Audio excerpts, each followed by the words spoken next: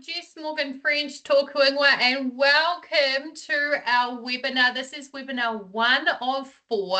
Today's webinar is all about Heidi in practice. Optimize your consults within Heidi Scribe. As many of you know, we've had a significant discounts on Heidi in Aotearoa over the last few months with Health Accelerator and Collaborative Aotearoa coming together to bring this to the health sector and general practices across the motu. So to support you to get the most out of this tool, both Health Accelerator and Collaborative Aotearoa have come together to do a 4-part webinar series. Lunchtime bites, you can eat your lunch, you can write in the Q&A, you can give us all of your questions, and we're going to attempt to answer them and create an environment where you can learn about how to really maximize your subscription and your use of Heidi.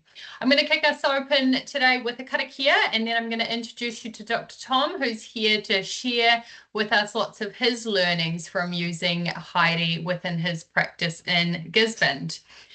He karakia te matanga. Purutia mai rā te tika hei kōrero. Purutia mai rā te pono hei wānanga. Purutia mai rā te aroha hei awhina I te nākau a tangata. Kia tū, kia ātia, kia marama, huie taekie. So part 1 of 4 today is all about understanding the consultation. How do you get the most out of your consultation? And this topic really came around because you can't have the same consultation that you had before you started using a scribe. As a clinician, you do have to evolve your practice, evolve the way that you work to ensure that the scribe really is effective. And I think this is true for most AI tools we use and we adopt across our practice and across our non-clinical and clinical workflows. So we're going to dive into that. I've got a stack of preloaded questions in my run sheet, but what would be really great is if you guys ask questions. So there is a Q&A function there. We'd love you to talk to us and ask questions around the challenges you're facing. Tom's here to give us all of the answers and to make sure that we have a really good conversation around how to maximize that consultation to ensure that your notes that come out the other end are what you really want them to be. But without any further ado, I'm going to hand over to you, Tom, to introduce yourself, a little bit about who you are, where you practice, your favourite place in New Zealand, and a little bit about your introduction to using a Heidi Scribe. Right, so I'm Tom James, graduated in the UK, and I've been working in Gisborne since 1994, so that's just over 30 years now. And about 12 years ago, we decided to move premises to allow the practice to expand. So we're now a 2-story building that's about 24 consulting rooms, and our practice size is about 20,500, so a reasonably big practice. And yeah, my favourite places, well, probably Mahi. I love going to Mahi. Nice chill beach there. I don't get invited onto Rocket Range, I'm probably not VIP in their view, but never mind. Anyway, Nabla. Nabla is how we introduced ourselves to AI transcription. And in fact, as my GP was using it. And the good thing is that they're so easy to use. You can either load them via a browser or install a desktop app. And the thing that impressed was that I introduced it and people were saying, oh, your notes are so good and concise. What are you doing? And I kept it a bit of a secret for a while. And then we introduced it out.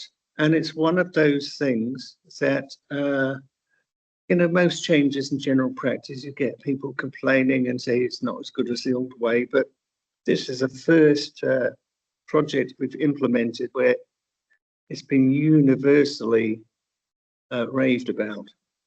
So I'll tell you our biggest mistake now is that the cost of these is significant. It was more when it started out, I think it's coming out about 120 US dollars per user, which translates to about 170-ish New Zealand. Now, you might get a better deal than that. So when we've got a practice with part-time doctors and they're working 2/10, that sort of marginal cost is quite significant. Essentially, we're paying 5 times as much per user or full-time equivalent. And we didn't implement it for everyone. Now, this was, in hindsight, a big mistake. People thought they were definitely on the B team if they didn't have the device and the app.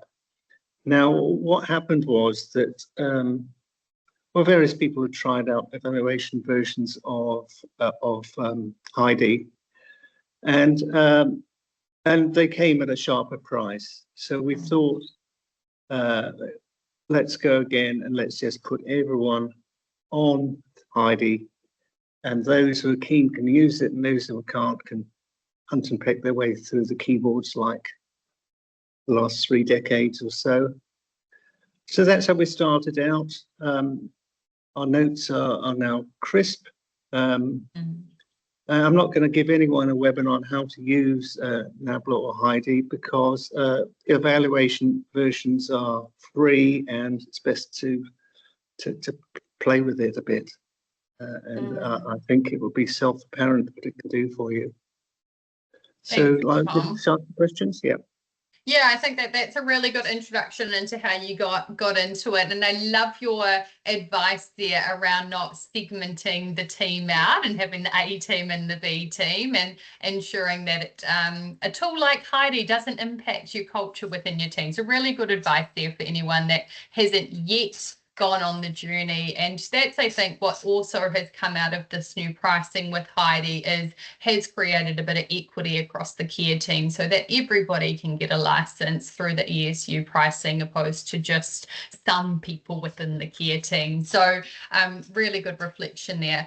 Tom, how have you had to change the way that you have a consultation? I'm sure the way that you had a consultation before using a scribe and after has somewhat adapted or changed slightly so that you get the most out of your scribe or your tool. Can you talk to us a little bit about what those changes might be or are, and some kind of tips and tricks for new users around the way that they may need to adapt and change their consultation? Yeah, well, I think, I mean, I remember back to the days of the COVID lockdown, we all had to learn pretty fast about how to do telephone consultations and how to do electronic prescribing.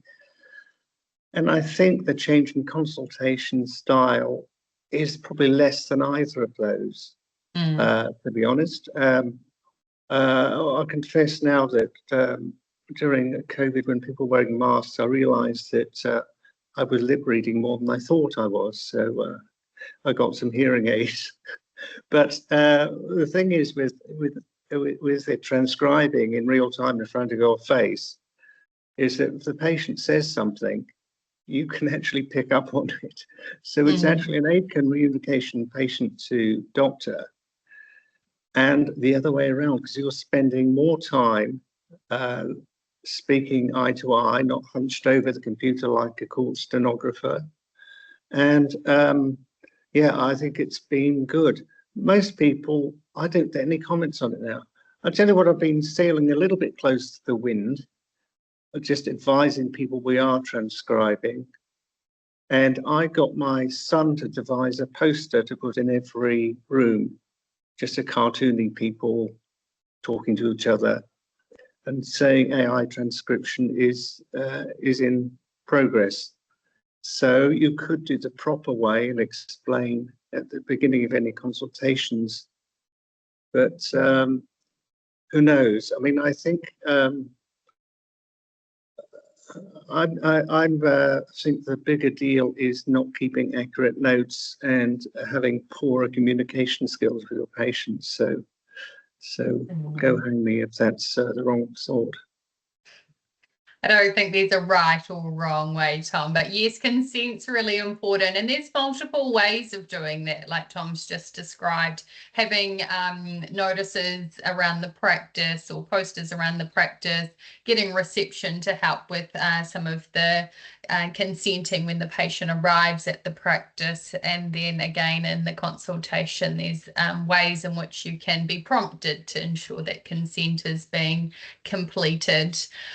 Tom, what about things like you're doing my blood pressure in the consult, and the scribe's pretty clever, but it can't read the numbers on the blood pressure reading. So have you had to then communicate those now to the scribe or out loud to the patient so it's picked up, or has that just been how you've always practiced?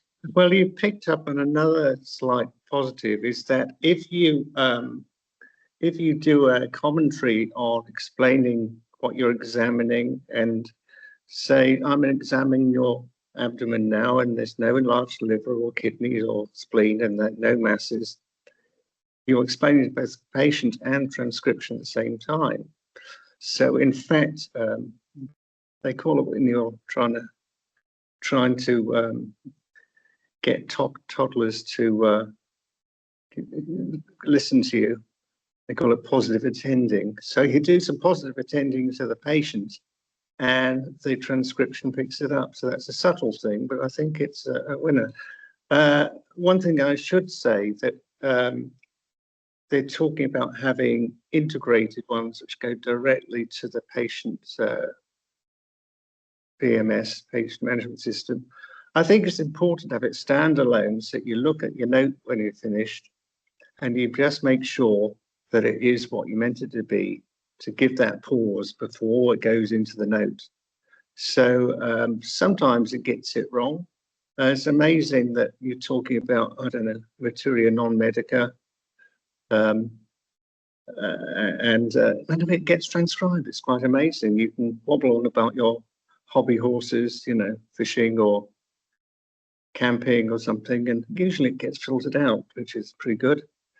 I forgot where I was going with that now, but yeah, it's positive attending is my jargon for it, and if you do a commentary on your examination, both the patient knows what you're doing, and the computer can hear it, and you just review that, make sure it accurately reflects what you examined and what history you listed.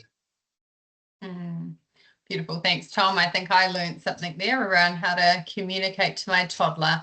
I think also, yeah, we've got to be really thoughtful, I guess, about those learnings that we're having around implementing a scribe in terms of both the added benefit to the patient around the extra communication we're giving to them, but ensuring that we're really explicit about those things so that the scribe can pick up on it and you are, I guess, really getting what you want to get out of it.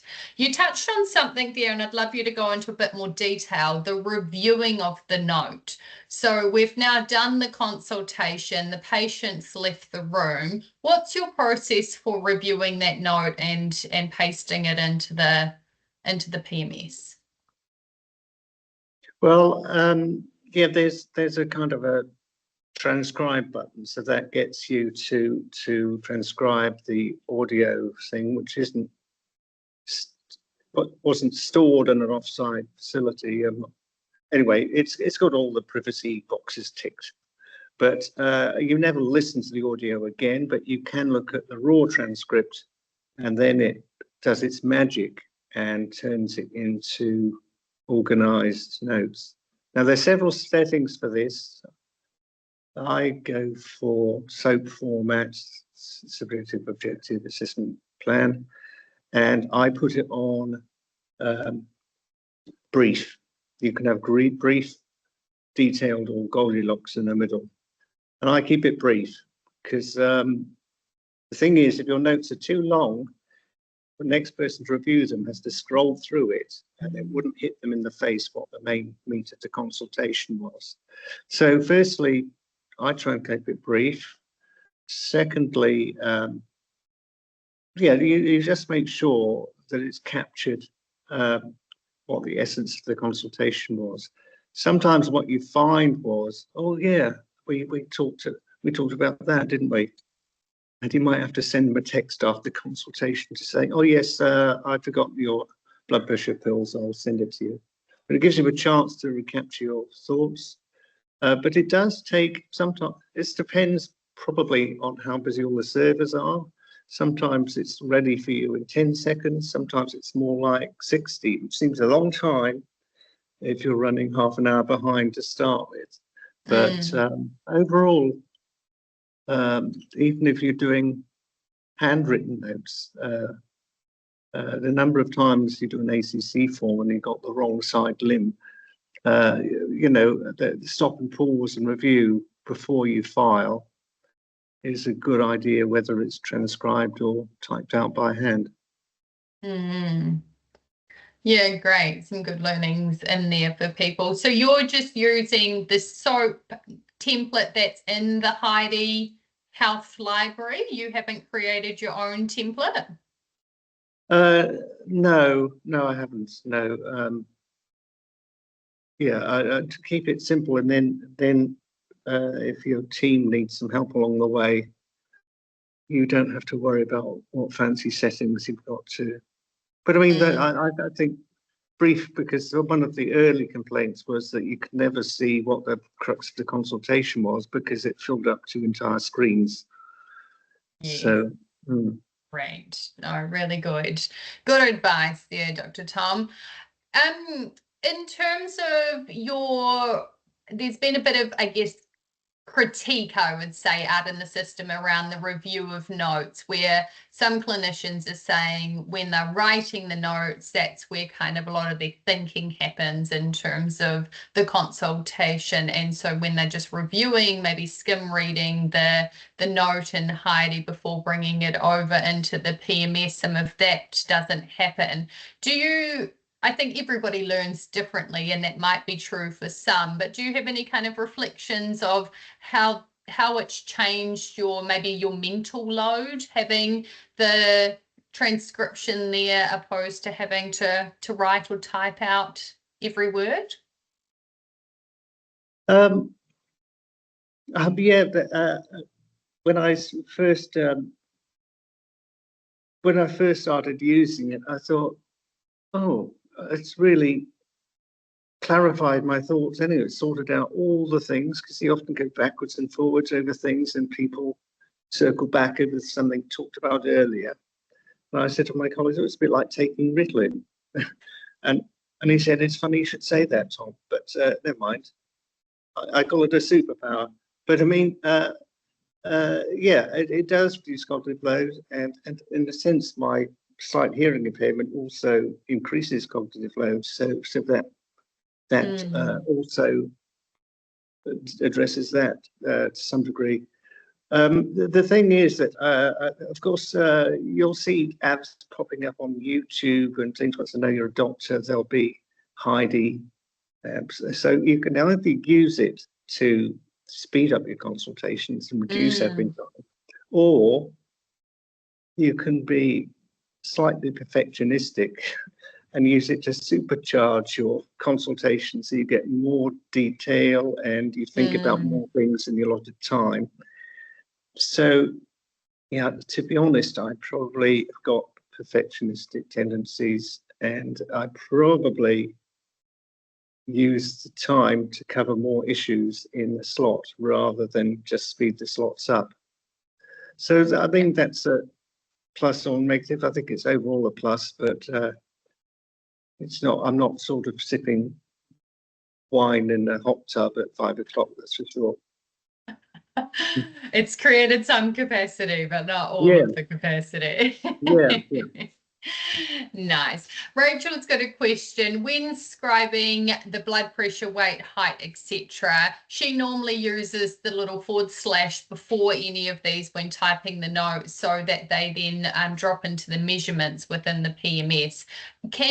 Is this something that Heidi can do, or is this something you have to kind of manually put the / in front of the height, weight, blood pressure, etc., so that it picks up on it when you paste it into the PMS? That's a good point. I've thought about that question myself, but I've never given it enough time to see it through. So my way of doing it is to do the quick syntax in the free text when you're editing it. Right. But then you've got to hit the return at the end. But I must say that that's turning into at least sort of 6 keystrokes extra. So yeah, there probably is a way around that. We'll ask ChatGPT what the answer is to that. We'll probably come up with the answer in 10 seconds. Absolutely. If somebody else on the call knows the answer, feel free to put. Oh, look, Paul knows the answer. Paul always knows the answer. I wasn't going to say that I knew the answer, but I do think we can cover that in one of the future webinars, because I have seen it done. I just can't remember how to do it. So I think it is possible, and we'll try to cover it in one of the other webinars in the series. Excellent. Unless somebody else knows now. Oh, there is a comment underneath it. If you make your own template, you can make this work. So it must be part of that template building element. Thanks for that, Sharon. If anyone has any other questions for Tom, please drop them into the Q&A. We would love to hear from you. Kind of final one from me, Tom, is really about how has this gone in terms of the full, you said you've kind of gone from one kind of cohort within the practice having access to now the entire team having access. How have you found it having the extended care team also on a Heidi license, and how's that changed maybe the efficiencies within the team, but also the culture, the performance, the access, etc.? Right. Well, I mean, we have to continue work on the culture for various reasons. We're training up a cohort of nurse practitioners, which is another subject altogether. But they are actually trying to get their notes up to the standard which their assessors like. So they end up doing very detailed notes. Well, one of ours got 91% on an assessment recently, which is very good. She also picked up one of my patients who was anemic, and she asked about the pack years and stuff, and then ordered a chest x-ray and found her a big lung cancer, which she's very sad about. But the point is, you know, sometimes to go back to the beginning and take the history from soup to nuts is the right thing to do. So there's an example how, you know, you're learning from your learners, and being able to capture all that data accurately in real time. I mean, it gives that woman an opportunity to have potentially curative treatment. So, you know, that's a story of real life, how it can work, and how the thing is that when we're training GP registrars, I'm not sure the college have got their head around it yet, but they like us to go old school. That's true. Yes. A slate and a pencil or something.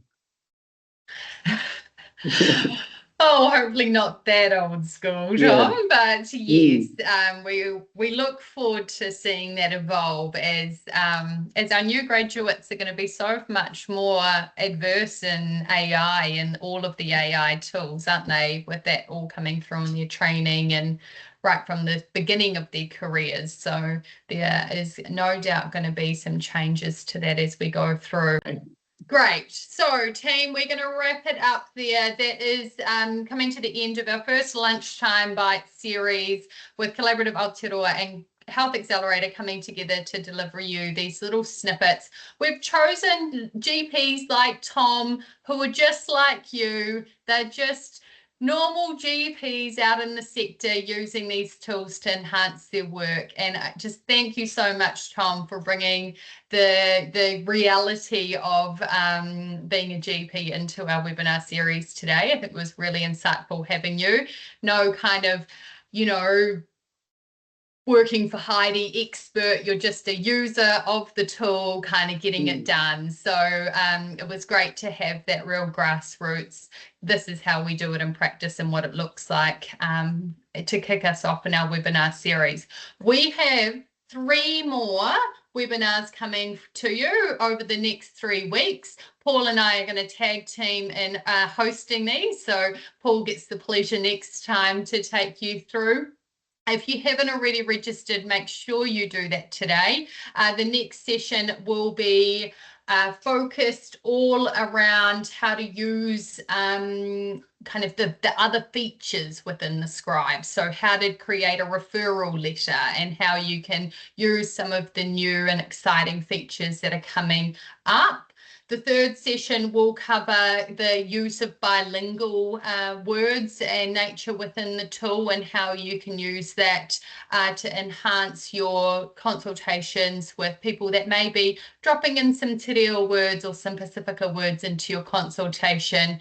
And then the last one will be around custom templates, shortcuts and automation and troubleshooting common issues. But at every single one of the webinars, you can come with your questions. We would love to hear them. We would love to be able to problem solve them for you and hopefully leave you with some of the answers to the questions that you've had lingering and pondering. So even if it doesn't feel like it fits within the topic, feel free to bring it along and we'll be agile and take it on board as we go through.